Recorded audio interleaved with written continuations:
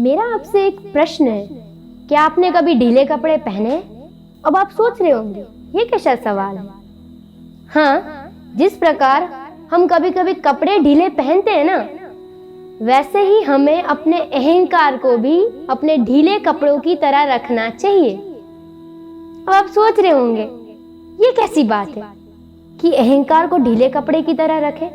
तो इसे हम ऐसे जान सकते हैं कि अहंकार जो है, वैसे तो सृष्टि जब उत्पन्न हुई तो नारायण से ही अहंकार की उत्पत्ति हो गई, क्योंकि उन्होंने ही कह दिया एको अहम बहुश्याम, और तब से ही अहंकार है। और इस संसार में भी उत्पत्ति तत्व में एक अहंकार तत्व भी है। तो अहंकार का जीव में होना तो स्वाभाविक है, पर इसे रखना है या इसे फेंकना है, इसकी जो एक होती है ना कि जिम्मेदारी, ये हमें दे रखी है कि तुम्हें रखना है तो रखो, सेव करना है, उसको बढ़ाना है, उसको कम करना है, वो हमारे ऊपर है कि उसे अपनी प्रॉपर्टी बनानी है या उसे बेच डालनी है। तो अभी हमें सोचना है, तो क्यों कहा है कि अहंकार को ढीले कपड़ों की तरह पहनना है।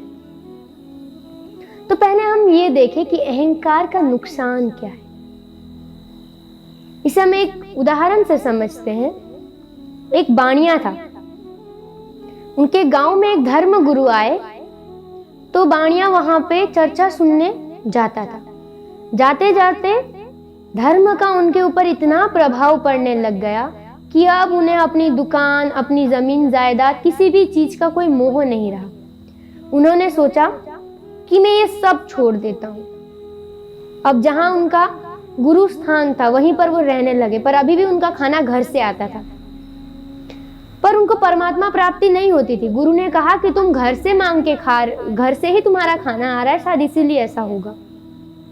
फिर उन्होंने घर से भी खाना मंगवाना छोड़ लिया, आश्रम से खाने लगे, फिर भी नहीं हुआ।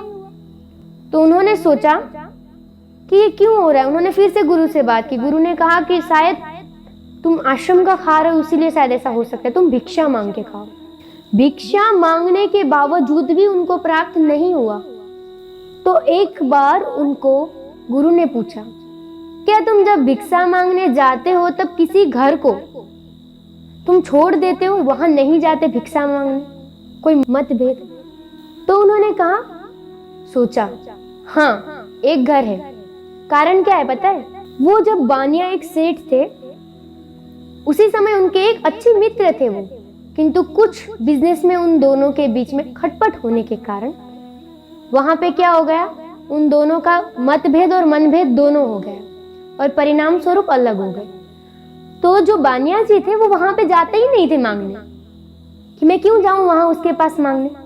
तब उनके गुरु ने समझाया कि जब तक तुम्हारे मन में अंश मात्र भी, रंच मात्र भी कोई भी विकार रह जाता है, तुम्हें लगता है कि मैं कर रहा हूं या मेरे द्वारा हो रहा है या कुछ भी, तो तुम्हें वो आनंद, वो शांति की प्राप्ति नहीं हो सकती है।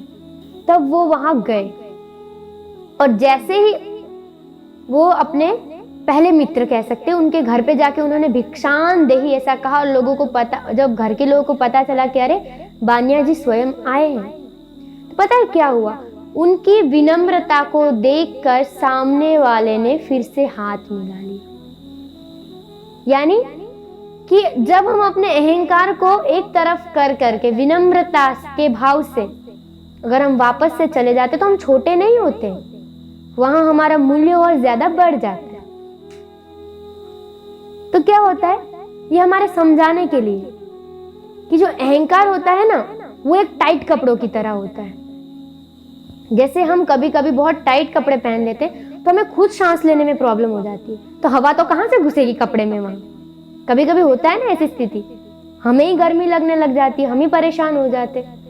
उसी जगह जब हम ढीले कपड़े पहनते हैं, हम आरामदायक रहते हैं, हम कंफर्टेबल रहते हैं ना, और अच्छे से हमारा दिन बीत जाता है। तो यहाँ अहंकार जो है, इसे ढीले कपड़ों की तरह रखने का तात्पर्य क्या है कि वो हमारे कंफर्टेबल जोन में आरामदायक होना चाहिए। कभी कभी स्वाभिमान कुछ परिस्थितियों में जरूरी होता है, किंतु स्वाभिमान और अभिमान में जमीन और आसमान का फर्क है। और अगर हम अभिमानी होते हैं, चाहे वो किसी भी भाव से हो, ज्ञान के भाव से, धन के भाव से, रूप के भाव से, तो वो हमारे लिए हानिकारक हो सकता है।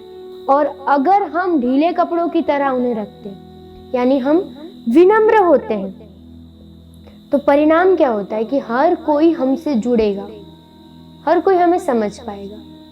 और जो अहंकारी व्यक्ति होता है वो खुद को ही सब कुछ समझता है और वो क्या करता है, मैं ही हूँ, मेरा ही होगा, में उसकी जिंदगी खत्म हो जाती है और उसके इर्द गिर्द वो किसी को आने ही नहीं देता है। तो अभी हमें सोचना है कि हमें अपने कपड़ों की तरह अपने व्यक्तित्व को टाइट रखना है या फिर ढीले होके आरामदायक होकर के लोगों के साथ मिलना जुलना है। क्योंकि कभी कभी हमारा अहंकार या फिर हमारी ऐसी बोली के कारण क्या होता है, लोग हमसे दूर हो जाते हैं, वो हमसे अपने संपर्क तोड़ देते हैं। क्योंकि सबकी अपनी एक भावना होती है और जब हम खुद को एक आध्यात्मिक व्यक्ति के रूप में परिचित करते हैं और वहां पर भी हम किसी न किसी रूप का अभिमान दिखाते, अहंकार करते हैं, तो फिर हमारा आध्यात्मिक उस चेतन तत्व से जुड़ने का हम जो दावा देते हैं उसका क्या फायदा? हमें कौन मानेगा, हमें कौन सुनेगा और हमें कौन अपनाएगा? तो अगर अपने जीवन में हम शून्य से शिखर पर जाने की सोच रखते हैं तो कभी कभी हमें अपनी एकलौती विचारधारा को एक तरफ करके समाज कल्याण की विचारधारा को अपना करके अपने अहंकार का त्याग करके भी आगे बढ़ने की भावना रखनी चाहिए। तब जाकर के हम शांति, आनंद, सुख, ये सारी भौतिक, सामाजिक, आध्यात्मिक हर तरीके की सुविधा और खुशी को प्राप्त कर पाएंगे और अपने जीवन में बहुत आगे बढ़ कर के सफलता की अगली एक नई राह को चुन पाएंगे।